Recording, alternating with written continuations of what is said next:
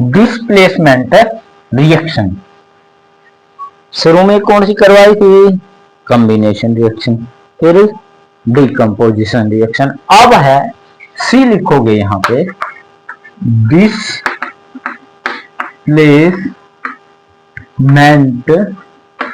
Reaction.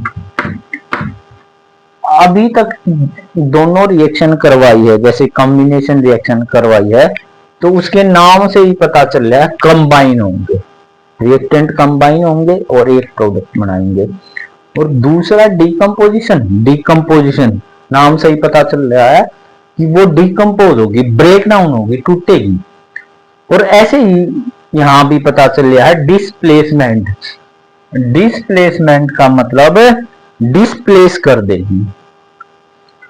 क्या लिखोगे इसमें? when one more reactive element displace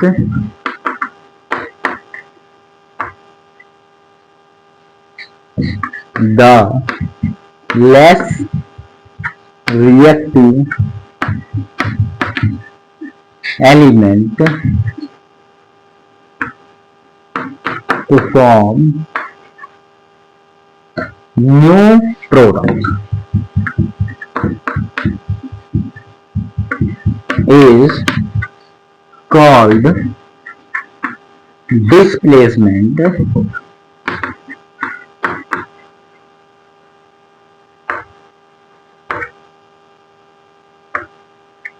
reaction.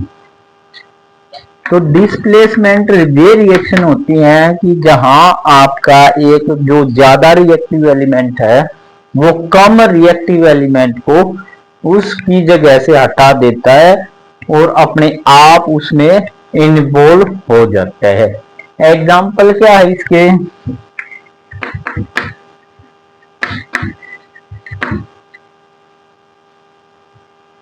Example दे रखे हैं आपकी बुक में डिस्प्लेसमेंट रिएक्शन के। आयरन की रिएक्शन दे रखी है भाई, Fe plus copper sulphate, SO means SO4 means sulphate. तो यहां क्या है, आपका जो आयरन है ये ज्यादा रिएक्टिव है कॉपर से, तो इसको यहां से हटा देगा और सॉल्यूशन बन जाएगा FeSO4 प्लस में Cu, कॉपर अलग हो जाएगा। ये क्या है? आयरन। बिल्कुल ठीक है, आपको नीचे लिखना पड़ेगा कॉपर सल्फेट सॉल्यूशन।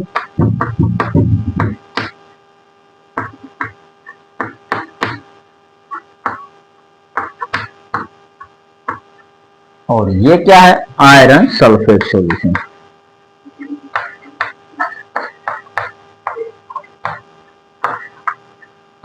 और ये आपका कॉपर। तो डिस्प्लेसमेंट रिएक्शन में हमने पढ़ा कि जो आपका ज्यादा रिएक्टिव एलिमेंट है वो लेस रिएक्टिव एलिमेंट को अपनी जगह से हटा देगा और अपना खुद उसके साथ जुड़ जाएगा। ऐसा ही एग्जांपल है। आयरन जो है, आयरन किसके साथ रिएक्ट कर रहा है? आपका कॉपर सल्फेट के साथ। तो इसने कॉपर को हटा दिया और आयरन सल्फेट सॉल्यूशन बना लिया। तो डिफाइन आप कर दोगे। एक और एग्जांपल लेते हैं इसका, जिंक वाला लेते हैं। ठीक है, आपको डेफिनेशन लिखनी है, फिर एग्जांपल लिखना है, फिर उसके अच्छा इसकी ऑब्जर्वेशन थोड़ा सा ध्यान रखना। इसकी ऑब्जर्वेशन में क्या होता है, ये जो आपका सॉल्यूशन है कॉपर सल्फेट, ये ब्लू कलर का है, कॉपर सल्फेट ब्लू कलर का है, CuSO4 इज ब्लू कलर, और ये चेंज हो जाएगा, जो आयरन सल्फेट बनेगा ये आपका ग्रीन कलर का हो जाएगा, ये आपका ब्लू कलर का है। यही लिख रहा हूं, वहां आपको दिखाई दे ना दे, लेकिन यहाँ पे आपको अच्छे से दिखाई दे। ठीक है, इसके लिए आपको थोड़ी सी, जो थर्ड चैप्टर में जाओगे मेटल्स और नॉन मेटल, तो उसमें रिएक्टिविटी सीरीज दे रखी होगी, वहां करवा देंगे कि कौन किससे ज्यादा रिएक्टिव है, वहां पूरी टेबल दे रखी है, तो वहीं करवा देंगे। यहाँ सिर्फ आपको रिएक्शन ध्यान रखनी है कि डिस्प्लेसमेंट रिएक्शन होती क्या है, इसके एग्जाम्पल क्या है। एक और एग्जाम्पल लिख लेना, इसको साफ कर रहा हूं भाई।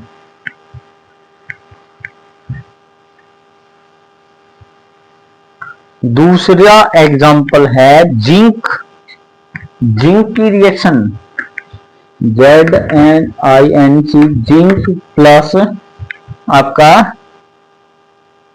कॉपर सल्फेट, फिर से वही चीज दे रखी है।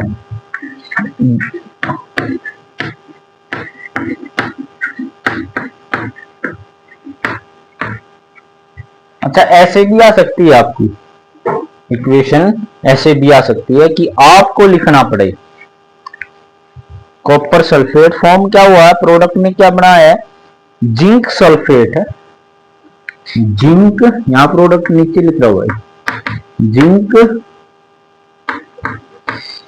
सल्फेट प्लस आपका कॉपर, फिर से बाहर निकलेगा। ये भी लिख सकते हैं, अगर आपसे टीचर जो है एग्जामिनर ये भी पूछ सकता है, आपको ऐसे इक्वेशन बना के नहीं, केमिकल फॉर्म में नहीं देगा, केमिकल इक्वेशन नहीं देगा, सिर्फ उनका नाम बता देगा, zinc react with copper sulphate to form zinc sulphate और कॉपर। ठीक है भाई, हमें कोई दिक्कत नहीं, हमें पता है। क्या लिखोगे, जिंक को लिखोगे Zn, कॉपर के, कॉपर सल्फेट को, सल्फेट का मतलब SO4, तो यहां CuSO4, this give rise to आपका zinc sulphate ZnSO4 plus Cu।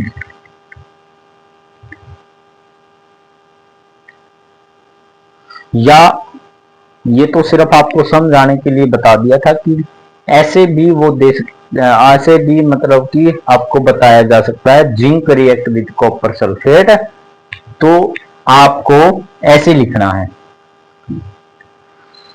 Main reaction आपकी केमिकल फॉर्म में लिखी जाती है, कैसे, Zn जो नीचे लिखी थी प्लस आपका, इसलिए मैं बोलता हूं कि आप नीचे हर रिएक्शन के नीचे उसके जो सिंबल है उसका नाम लिखा करो, zinc react with copper sulphate CuSO4 ZnSO4 plus आपका Cu, तो पूरा तो अभी बता दिया था। तो यहां क्या होता है, जो डिस्प्लेसमेंट रिएक्शन हम पढ़ रहे थे, जिंक क्या इससे ज्यादा रिएक्टिव है कॉपर से, तो क्या करता है, इसको यहां से हटा के खुद सल्फेट के साथ जुड़ जाता है और फॉर्म करता है जिंक सल्फेट। जिंक ज्यादा रिएक्टिव है कॉपर से, कॉपर को हटा देगा और जिंक सल्फेट नामक सॉल्यूशन उसमें प्रोडक्ट में बना देगा और कॉपर को आउट कर देगा। तो अब तक इस आज की क्लास में मैंने 3 रिएक्शन करवाई है। कॉम्बिनेशन नाम से ही पता चल रहा है, कंबाइन टू फॉर्म, जो प्रोडक्ट बनेगा वो आपका कंबाइन होके बनेगा। डिकम्पोजिशन, ब्रेकडाउन, यानी जो आपका रिएक्टेंट है वो आपका 2 या 3 में प्रोडक्ट में ब्रेक हो जाएगा, स्प्लिट हो जाएगा। डिस्प्लेसमेंट का नाम से ही पता चल रहा है कि डिस्प्लेसमेंट जो मोर रिएक्टिव एलिमेंट है वो लेस रिएक्टिव एलिमेंट को डिस्प्लेस कर रहा है। तो 3 आपकी reaction type of chemical reaction करवाई है, शायद 3 और बाकी होंगी, वो आपकी नेक्स्ट वीडियो में करा देंगे। और 1-2 चीज और बचती है, आपका चैप्टर लगभग नेक्स्ट वीडियो में खत्म हो सकता है। तो चैनल को आप लगातार शेयर, सब्सक्राइब और कमेंट करते रहिए। कैसी चल रही है क्लासेस? Thank you.